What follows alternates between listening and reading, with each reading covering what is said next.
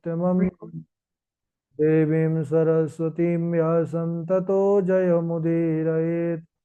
श्रीलक्ष्मीनाथसमारम्भां नाथयामुनिमध्यमाम् अस्मदाचार्यपर्यन्तां वन्दे श्रीगुरुपरम्पराम्। अञ्जनानन्दनं वीरं जानकीशोकनाशनं कपीशमक्षहन्तारं वन्दे लङ्काभयङ्करम्। भक्ति भक्त भगवंत गुरु चतुर्नाम वपुएक, इनके पद वंदन किए नासत विघ्न अनेक। बोले वृंदावन बिहारी लाल की जय, भागवत महापुराण की जय, सुखदेव भगवान की जय। परम मंगल में परात्पर अखिलेश्वर, अचिंत कल्याण गुणगण निधान सर्वेश्वर सर्वाधिपति, अकारण करुणा वरुणालय, अकारण करुणाकारक, सकल जन कल्य सापहारक, परात्पर पर ब्रह्म सच्चिदानंद स्वरूप परम पिता परमात्मा श्री राधा गोविंद सरकार, राधा रमण बाधा हरण श्री बांके बिहारी लाल का यह वांग में शब्द में विग्रह श्रीमद् भागवत महापुराण। कोटि कोटि नमन, कोटि कोटि प्रणाम। इस परम पावन पुराण ग्रंथ पारमहंस्यों की पावन संहिता को परमाराध्य नंद नंदन यशोदा नंदन वृजन रंजन देवकी नंदन श्याम सुंदर श्री कृष्ण के पाद पद्मों पर कुर्चा नमन नतमस्तक वंदन एवं अभिनंदन। उनकी आह्लादनी शक्ति प्राण प्रिया जगत वंदनी वृषभान वंदनी भासुती जगदीश्वरी वृषाने वाली श्री किशोरी जी के पावन चरणार बिंदों पर कुर्चा प्रणति समस्त भूतादिक सीय राम मैं सब जग जानी करहूं प्रणाम जोरे जोग पानी। हम सबका यह परम सौभाग्य की भागवत साप्ताहिक कथा सीखने का सद संकल्प विचार लेकर के एक स्थान पर एक साथ जुड़कर इस पावन पुराण श्रीमद् भागवतम की तैयारी कर रहे हैं। सज्जनों, यह लाडली लाल की विशेष अनुकंपा के फलस्वरूप ही हमारे जीवन में शुभ क्षण शुभ समय उपस्थित हुआ है। हम सबका परम दायित्व और कर्तव्य है कि इस अवसर का पूर्ण रूप से लाभ लें। उसके लिए आवश्यकता है सच्ची लगन, निष्ठा और परिश्रम की। बड़ा ही आनंद आ रहा है। और हम सब पूर्व पर चर्चा कर रहे थे कि भगवान श्री कृष्णचंद्र बोले जो महाराज युधिष्ठिर हैं, उन्होंने देवर्षि नारद के माध्यम से भगवान को बुलावा भेजा कि हे प्रभु, मैं राजसूय यज्ञ के द्वारा आपका यजन करना चाहता हूँ। इधर मगध के राजाओं के ओर से यह समाचार मिला, क्योंकि 20,000 राजा कैदी थे। किसके जेल में? बोले जरासंध। 20,000 राजाओं को उसने जेल में बंद कर रखा था। तो भगवान दोनों को प्रसन्नता प्रदान करने के लिए सबसे पहले राजसूय यज्ञ में आए। और उधर भगवान कृष्ण अर्जुन के साथ भैया भीम को लेकर के गए हैं, ब्राह्मण वेश धारण करके। और उसके बाद उन्होंने युद्ध की भिक्षा मांगी है। 20,000 राजाओं को मुक्त किया है। जरासंध का वध हुआ है भैया भीम के द्वारा। 20,000 राजा एक साथ हाथ जोड़ करके भगवान को प्रणाम किए। कृष्णाय वासुदेवाय हरे परमात्मने प्रणतः क्लेशनाशाय गोविंदाय नमो नमः। हे प्रभु, आप तो प्रणाम करने वालों के दुख को नष्ट करने वाले हैं। हे प्रभु, आपके चरणों में हम सब बारंबार प्रणाम करते हैं। भगवान श्री कृष्णचंद्र उन सभी राजाओं को आशीर्वाद प्रदान किया है। इसके बाद भैया भीम के साथ, अर्जुन के साथ वह पुनः उसी नगरी पर लौट करके आ गए हैं। धर्मराज युधिष्ठिर के यज्ञ में बड़े बड़े ऋषि महात्मा पधारे थे। वेद व्यास, भरद्वाज मुनि, सुमंतु, गौतम, वशिष्ठ, च्यवन, मैत्रेय, अनेकों ऋषि, द्रोणाचार्य, भीष्म, कृपाचार्य, धृतराष्ट्र, विदुर, ये सब वयोवृद्ध भी जो है उपस्थित थे। धर्मराज सभी का स्वागत सत्कार किए। और इसके बाद यह प्रश्न आया कि इस राजसूय यज्ञ में सबसे पहले पूजा किसकी हो, अग्र पूजा का अधिकारी कौन है, ऐसा प्रश्न जब उठा, उस समय जरासंध के जो पुत्र सहदेव, उसने खड़े होकर के सबके समक्ष यह कहा कि देखो भाई, जिस सभा पर भगवान श्री कृष्णचंद्र विद्यमान हो, उस सभा पर किसी और की पूजा करने का विचार कोई कैसे कर सकता है।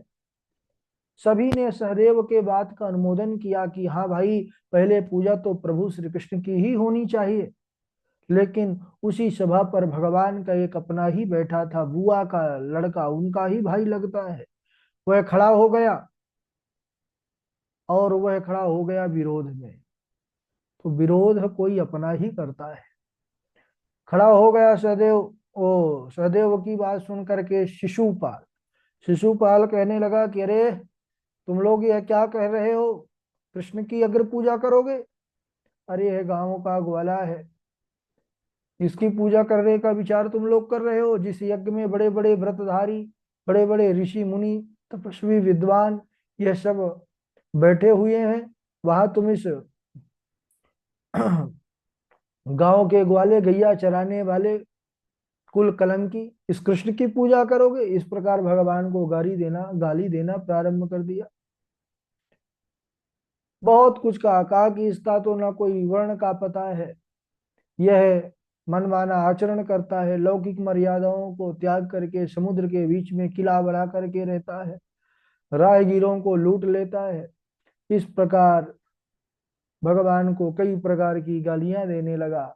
भगवान इसके जन्म के समय ही बुआ को वचन दिए थे कि बुआ,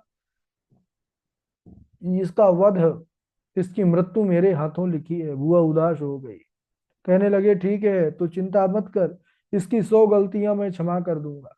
कोई कितनी गलती करेगा, 100 गलतियां आज 100, जैसे ही 101 गाली दिया शिशुपाल, वैसे ही भगवान के हाथों से चक्र सुदर्शन तीव्र गति से शिशुपाल की तरफ बढ़ा है, और उसका सर धड़ से अलग हो गया है। लेकिन भगवान के हाथों मरना भी एक परम सौभाग्य है।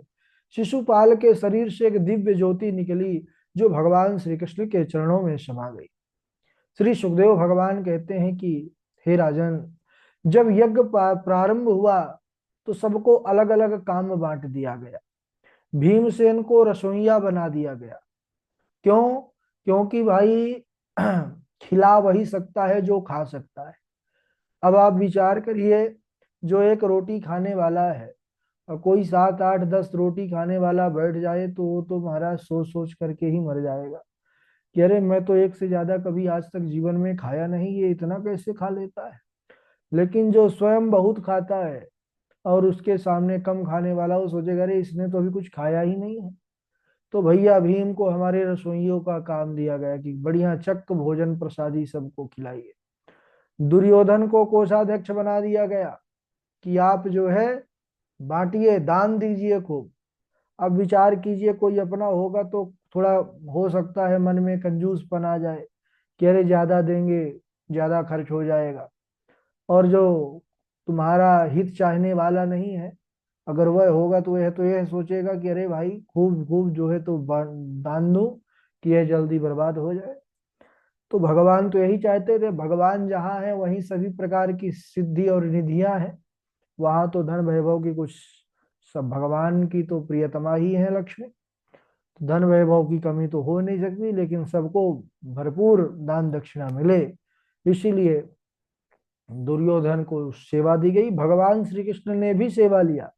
बोले, जूठी पत्तलों को उठाने का कार्य भगवान श्री कृष्ण स्वयं किए। यज्ञ निर्विघ्न संपन्न हुआ। उसके बाद सभी की विदाई किया है महाराज युधिष्ठिर ने। भगवान श्री कृष्ण भी पांडवों के प्रेम के कारण कुछ दिन वहीं पर रुके हैं। उसके बाद वह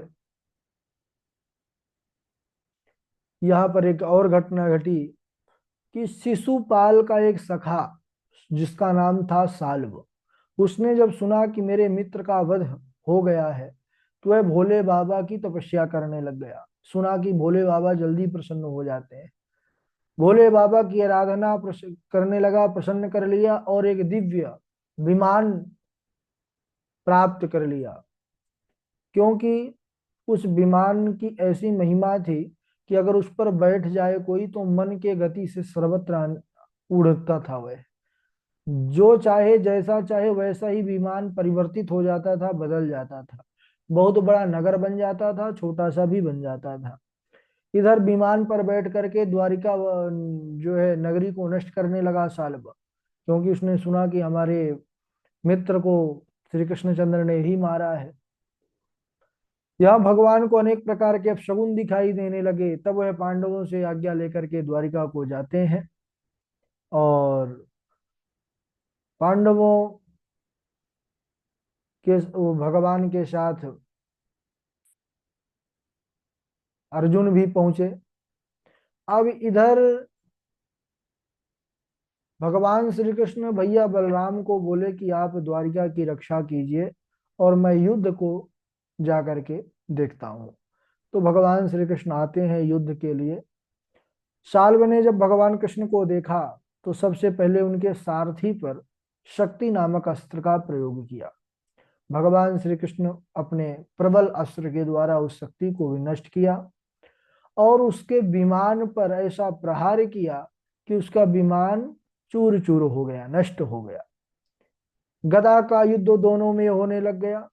थोड़ी देर बाद साल्व भगवान को मारने के लिए दौड़ा क्रोधित होकर के, लेकिन भगवान ने चक्र सुदर्शन से उसका भी गोविंदाय नमो नमः कर दिया।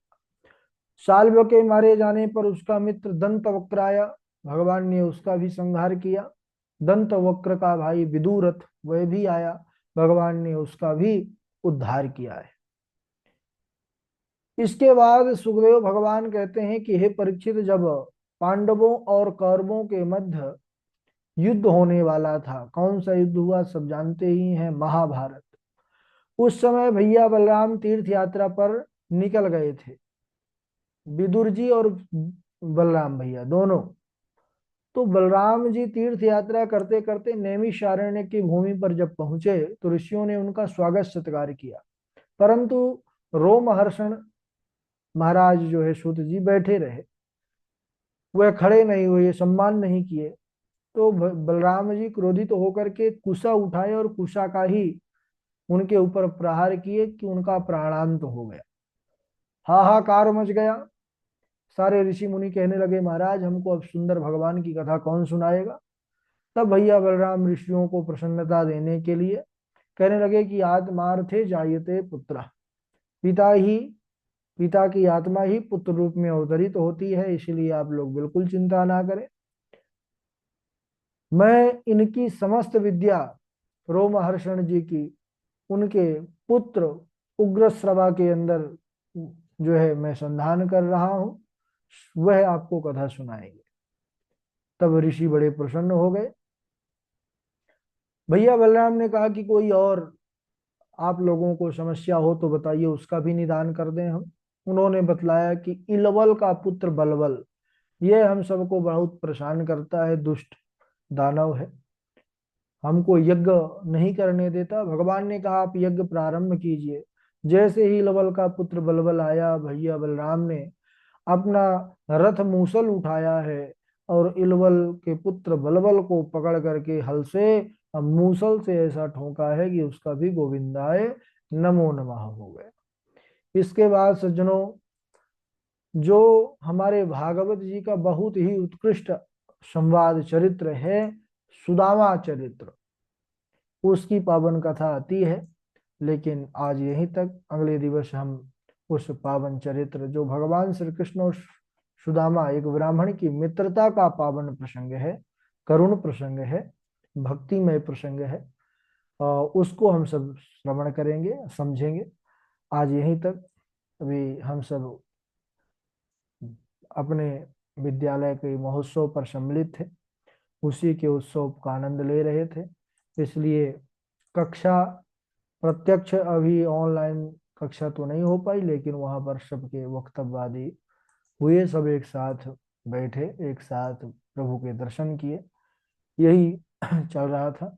और बारी बारी से अब श्लोक सुनाएंगे, जिस क्रम से नाम लेंगे उसी क्रम से आप लोग सुनाते जाएंगे। सबसे पहले भावना जी श्लोक सुनाएंगी, भावना जी के बाद जय द्विवेदी जी, उनके बाद वैष्णवी तिवारी जी, फिर आशु कश्यप जी, बबीता जी, और आचार्य सुरेश जी, नरोत्तम जी, नीरज कुमार जी, और हर्षिता जी, और इसके बाद कोमल शुक्ला है, हमारे प्रभाकराचार्य जी भी जुड़े हुए हैं। और ठीक है, अभी इतने ही लोग हैं, सुनाइए। सबसे पहले भावना। राधे राधे गुरु जी।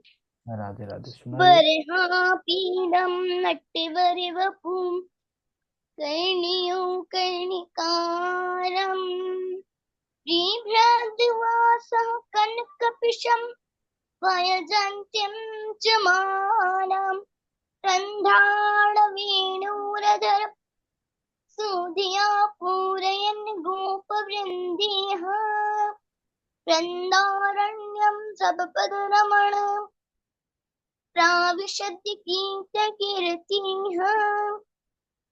करारविन्देन पदारविन्दं मुखारविन्दं विनिवेशयन्तं वटयपत्रस्य पुटे शयानं बालं मुकुन्दा मनसं स्मरामि। राधे। हाँ, आगे सुनाए। राधे राधे गुरु जी। हाँ जी, स्पर्श जय जी, सुनाइए। आसीत् सत्राजितः सूर्य भक्तस्य परमः सखा प्रीतस्तस्मै मणिं प्रादात् सूर्यस्तुष्टः समन्तकम्। राधे राधे गुरु जी, प्रणाम। ठीक है, आगे सुनाए राधे राधे वैष्णवी गुरु जी, तिवारी जी। प्रणाम। सुनाइए वैष्णवी जी। राम रामाखिलाधारा प्रभावं न विदामते मूढः नाम नः कुबुद्धीनां क्षन्तुमर्हस्यति क्रमम् कृष्णाय वासुदेवाय हरये परमात्मने प्रणतः क्लेशनाशाय गोविन्दाय नमो नमः। जी गुरु जी, प्रणाम। बहुत बढ़िया। और इनके बाद अब हमारे प्रभाकराचार्य जी सुनाएंगे। प्रभाकराचार्य जी के बाद आचार्य सुरेश जी हैं। राधे राधे गुरु जी। हाँ, राधे राधे, सुनाइए।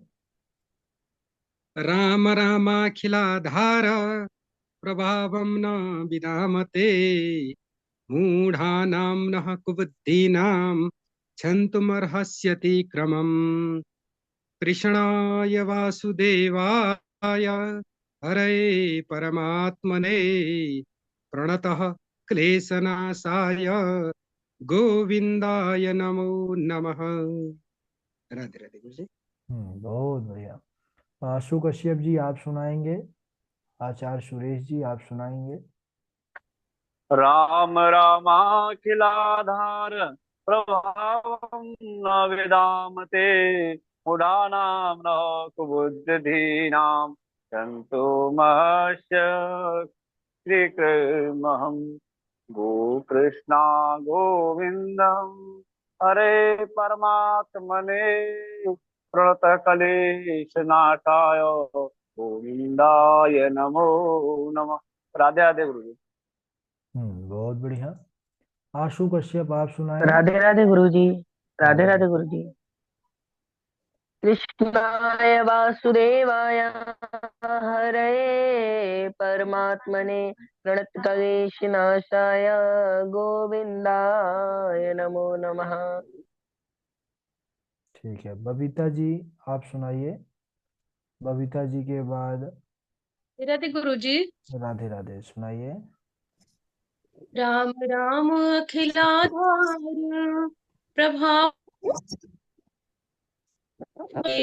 मूढ़ानां बुद्धीनां शन्तो मर्हस्ति क्रमम् कृष्णाय वासुदेवाय हरये परमात्मने प्रणतः क्लेशनाशाय गोविन्दाय नमो नमः।